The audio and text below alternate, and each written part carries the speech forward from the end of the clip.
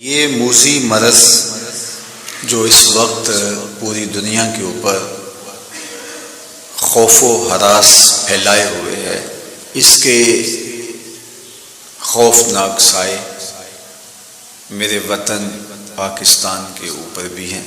جب انسان اس طرح کے حالات سے دوچار ہوتا ہے تو پھر ہمارا دین اسے احتیاطی تدابیر اختیار کرنے کی تلقین کرتا ہے کہ وہ احتیاطی تدابیر کے ذریعے اپنے معاملے کو صاف کریں، اچھا کریں، ستھرا کریں۔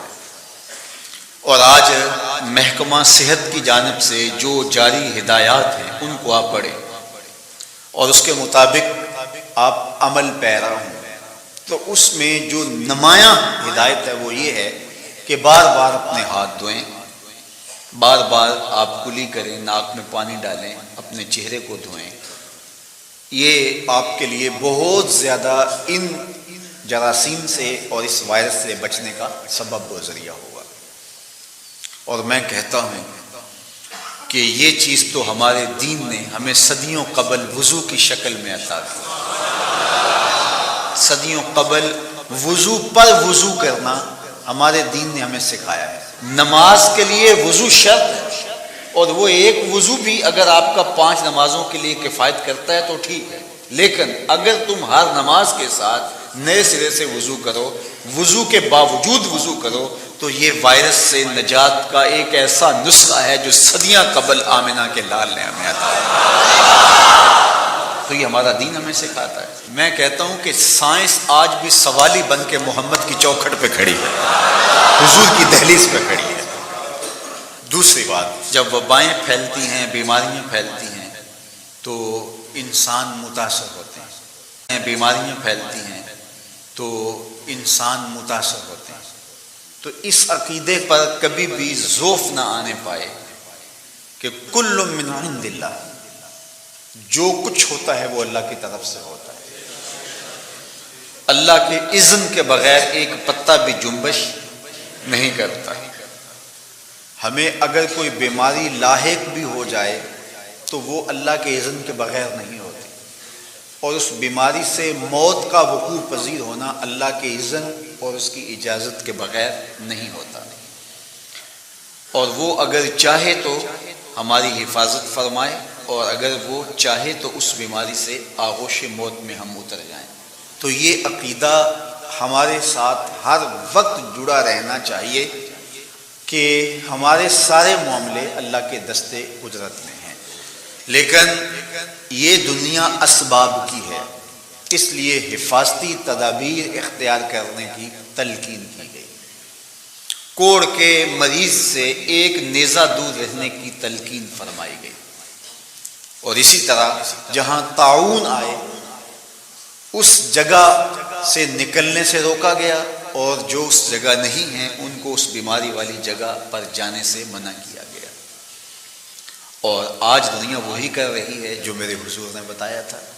شہر لاک ڈاؤن ہو رہے ہیں، ملک لاک ڈاؤن ہو رہے ہیں، تو یہ حضور نے بتایا تھا کہ اس سے بیماری کا پھیلاؤ رک جاتا ہے۔ تیسری بات کہ جب وبائیں اور بیماریاں آئیں تو حفاظتی تدابیر بھی اختیار کریں، اور اس کے ساتھ ساتھ اللہ کی حضور دعائیں کریں۔ مختلف بیماریوں کی معصور دعائیں احادیث میں موجود ہیں جو آج سوشل میڈیا کے ذریعے آپ تک پہنچ رہی ہیں۔ حضرت امام شافعی علیہ رحمہ اپنی ساری زندگی کا خلاصہ اور نچوڑ بیان کرتے ہیں۔ ما رأیت انفع للوباء من التسبیح، فرماتے ہیں کہ جب وبائیں پھیل جائیں تو اللہ کی تسبیح سے بہتر اس کا علاج کوئی آج تک میں نے دیکھا ہی نہیں۔ جب وبائیں پھیل جائیں تو اللہ کی تسبیحات کے کلمات بولو تو وبائیں تمہارا نقصان نہیں کر سکتی۔ اور حضرت سیدنا عمر رضی اللہ تعالی عنہ فرماتے ہیں کہ لو نزلت صاعقۃ من السماء ما اصابت مستغفرا، آسمان سے بجلیاں بھی گرنے لگیں تو جو استغفار پڑتا ہے اس کو کوئی گزن نہیں پہنچے گا، اس کو کوئی نقصان نہیں پہنچے گا۔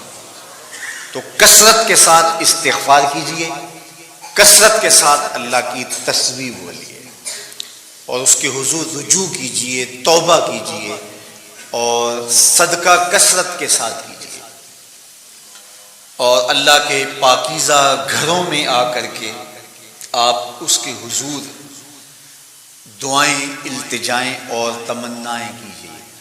حضرت محمد بن عبد الرحمن القرشی فرماتے ہیں کہ 7ویں صدی ہجری میں مصر میں ایک طاعون پھیلا جس سے اموات ہونے لگی اور روز جنازے اٹھتے تھے۔ لوگ گھروں میں تھے تو بیماری گھروں پہ دستک دیے بغیر داخل ہوتی تھی اور جنازے اٹھتے تھے، لوگ پریشان ہو گئے۔ تو کہتے ہیں جب حالات قابو سے باہر ہو گئے تو ہم اپنے بچوں کو لے کر، اپنی بیویوں کو لے کر اللہ کے گھروں میں پناہ لی۔ تو کہا جب اللہ کے گھروں میں ہم نے پناہ لینا شروع کی تو اللہ نے ہماری حفاظت فرمائی۔